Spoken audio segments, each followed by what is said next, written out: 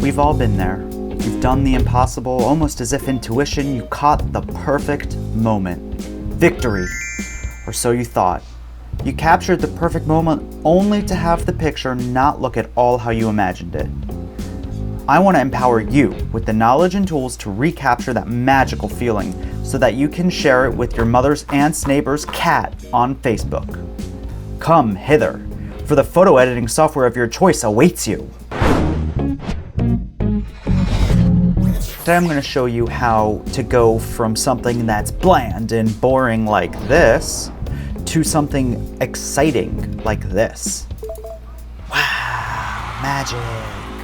The first thing that we're going to edit is the temperature of the image. Now the temperature is going to give us the warmth or the coolness of the image. As we change the temperature, we can see the image is going to get warmer or cooler. So a way that you can use this to try to recreate a feeling is if you warm it up, it's going to make it feel more like midday, middle of the day, warmer. Cool it down, it might feel more like night. So for this image, I want to give it a little bit more warmth and make it feel a little bit more alive. So we're going to increase that warmth. I'm going to do it a little heavy-handed right now because we can always take it down a bit. So I'm going to bring that up there. And then now I'm going to adjust the tint. Now the tint controls a green magenta shift. It's not important why you have to control this, but it is something that you can adjust to give your picture a little bit more of that pop and pizzazz that you felt when you took it. So with this one, I am going to, let's see, if we shift it over to the purple side, that's a little too much. Green side helps make those greens pop just a little bit more. So we're gonna do that. I like that over there. Kind of helps just a little bit. Now, if we increase this just a bit. Now, if we take what we've done so far and we actually see what we did, we took this image, which is how it was originally, and we really warmed it up a lot. Now, this is a great start, but we still have a lot of work to do. So those first two things is temperature and tint. Now we're gonna move on to the highlights and the shadows. Now this I wanna kind of just underscore under the light area. I don't wanna spend a ton of time talking about this, but with this image, I do know that I wanna bring the shadows up just a bit. If we go to the extreme here and we bring them up a lot, you can see it really brightens the whole image up. And if we bring it down, it darkens the shadows. So for this image, I do want to bring the shadows up a bit, and the highlights, just for fairness, if we bring it all the way up and we bring it all the way down, we can see what that does. I think for this image, I wanna leave the highlights right where they are, at least for now. So that is the light control of our image. Now we're gonna move over to color. Now, this is where we have the two main things that are really gonna make our image pop the most. We have saturation and vibrance. Now, saturation is the overall level of the color in the whole image as a whole. Vibrance is a little bit more specific. Vibrance is gonna take the duller colors and give them a bit more saturation, but just the duller colors, so it really helps kind of lift everything up.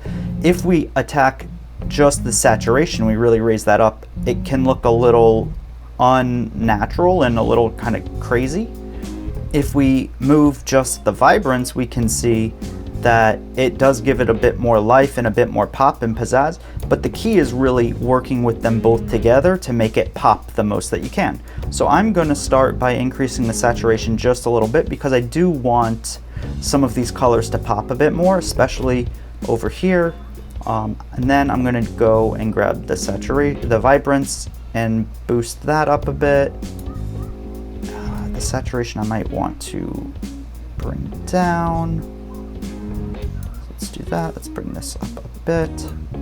All right, so I think that's looking really good. And what I'm looking at over here is I'm looking at some of this color over there and the blues and the greens and the relationship that they have. Now, if we want, we can say before and after. We can see what we've really done just super simply, 1, 2, 3.